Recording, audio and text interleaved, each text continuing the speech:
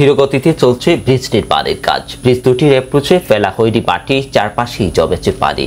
অ্যাপ্রোচে মাটি ফেলার বিকল্পও দেখছেন না স্থানীয়রা। মাটি মিশ্রিত বালি দিয়ে নির্মাণ চলছে ব্রিজের কাজ। তদারক কর্মকর্তারাও বেখবর, অভিযোগ এলাকাবাসীর। এখানে যে কাজটা করতেছে, কাজের কোয়ালিটিটা এবারে খুবই নিম্ন।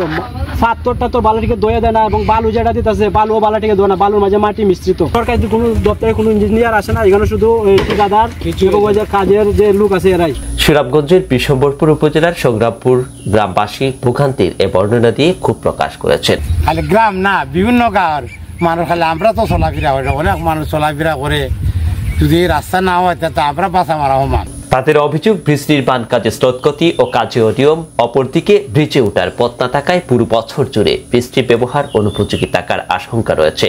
এতে দুর্ভোগের শিকার স্কুল শিক্ষার্থী, সংগ্রামপুর গ্রাম সহ আশপাশ গ্রামের মানুষজন। সূত্র জানায়, বিশম্বরপুর উপজেলার ফতেপুর ইউনিয়নের ইজারাবন ও রামারদোর খালের উপর এই ব্রিজ দুটির অবস্থান। গত কয়েক বছরে ক্রমাগত বন্যার পানিতে ভেঙে গিয়ে বড় ধরনের ভাঙন সৃষ্টি হওয়ায় দুটি স্থানে ব্রিজের প্রয়োজনীয়তা দেখা দেয়। বেশ কিছুদিন ধরে ব্রিজ নির্মাণ কাজ চলমান রয়েছে। ব্রিজের দুপাশে মাটি ভরাটের বিষয়ে গড়িমসি করছে ঠিকাদারি প্রতিষ্ঠান আরিশা এন্টারপ্রাইজ। তাই ব্রিজের কাজ স্লোত গতিতে চলতে থাকায় এবং দুপাশে অ্যাপ্রোচে মাটি ভরাট না করায় পুরো বছর জুড়ে সব ধরনের যানবাহন চলাচল সহ যাতায়াত বন্ধ থাকার আশঙ্কা এলাকাবাসীর। এই যে আমরা যাতায়াত করতে খুব অসুবিধা হইতেছে। তাই ব্রিজের সংযোগ সড়ক নির্মাণ করে দ্রুত ব্রিজটি চালু করার দাবি এলাকাবাসীর। এই যে 3-4 জন মানুষ যে কাজ করে, কাজের কোনো মান নাই।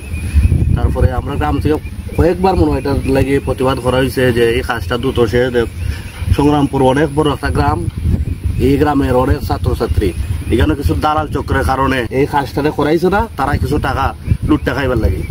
এখন বৃষ্টি আইছে, এখন তো মনে হয় না যে এই কাজটা আর হইব। আমরা এই গ্রামবাসী চাই যে এই কাজটা দ্রুত এই কাজটা করা, নাইলে এই সংগ্রামপুর গোটা গ্রামের মানুষ এই রাস্তা না হইলে যে কোনো সময় একটা অ্যাক্সিডেন্টও করতে পারে। পাশে একটা প্রাইমারি স্কুল। উপজেলা প্রকল্প বাস্তবায়ন কর্মকর্তা কার্যালয় সূত্র জানায়, উপজেলার সংগ্রামপুর এলাকায় দুটি জায়গায় 2024-25 অর্থ বছরে এই ব্রিজ নির্মাণ কাজ শুরু করা হয়। দুর্যোগ ব্যবস্থাপনা অধিদপ্তরের ব্রিজ কালভার্টের কর্মসূচির আওতায় প্রতিটি ব্রিজের নির্মাণ ব্যয় ধরা হয়েছিল 33,17,000 টাকা প্রায়। এ বিষয়ে ফতেপুর ইউনিয়ন পরিষদের চেয়ারম্যান ফারুক আহমদ বলেন, হাজী মজিদুল্লাহ পাবলিক উচ্চ বিদ্যালয়, সংগ্রামপুর সরকারি প্রাথমিক বিদ্যালয় সহ উপজেলা ও জেলা শহরে যাতায়াতের জন্য গ্রামের শিক্ষার্থী ও লোকজনের চলাচলের পথ এই ব্রিজটি। আমরা গ্রামে সবার লেগে জরুরি রাস্তা, এই রাস্তা ছাড়া তো ছেলেমেয়েরা স্কুলে যেতে হতো না, জনগণ কোনো মালামালা নেওয়ার কোনো পথ নাই। আমরা যদি সুনামগঞ্জ কোনো মালামাল আনি, এইটা ছাড়া তো উপায় নেই। এখন তো আমরা এখানে এমন একটা বিপদের মধ্যে পড়ছি যে এটা ভাষায় প্রকাশ করা যায় না। রাস্তা থাকে তাহলে তো সমস্যা নাই, আর যদি পানি আইও তাহলে তো সমস্যা। এখন আমাদের বাচ্চাদের আসার অসুবিধা বেশি। কিছুদিন পরে তো বর্ষা হবে, তখন আমাদের বাচ্চারা স্কুলে আসা যাওয়ার বিরাট সমস্যা। তারা যে ছোটো ছোটো বাচ্চা 5+, ওরা তো চাকরি দিয়ে যাইতে পারে না, ঠিক আছে। এখন এখানে বাড়িটা ভরাট করলে আমাদের স্কুলের জন্য সুবিধা, প্লাস আমরা ম্যাডামরাও এই কষ্ট হয় যাইতে, আমরা নিজেরও কষ্ট হয়। বর্ষা মৌসুমের অজুহাতে ব্রিজের সংযোগ সড়কে মাটি ভরাট না হলে ভোগান্তিতে পড়বে এলাকাবাসী। স্কুলের ছাত্রছাত্রী এবং কি সংগ্রামপুর গ্রামের শত শত মানুষ চলাফেরার ক্ষেত্রে খুবই দুর্ভোগ অবস্থায় আছে। তাই দুপাশে মাটি ভরাট করে ব্রিজের উপর দিয়ে যাতায়াতের ব্যবস্থা করতে হবে।